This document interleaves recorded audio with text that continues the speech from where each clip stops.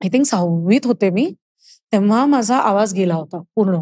गेला होता म्हणजे काय झालं? गेला होता असा. म्हणजे मला ताप होता आणि स्कूलचे बँड असतात ना, तर त्यामध्ये बासरी वाजवतो ना, टणणण, टणणण, प्लास्टिकच्या असतात त्या. हो, तर पिपाणी. त्याच्या प्रॅक्टिससाठी म्हणून मी गेले होते आणि आय थिंक माझ्या टीचरांनी आईला सांगितलं होतं, की एखाद दिवशी प्रॅक्टिसला तिला येऊ द्या.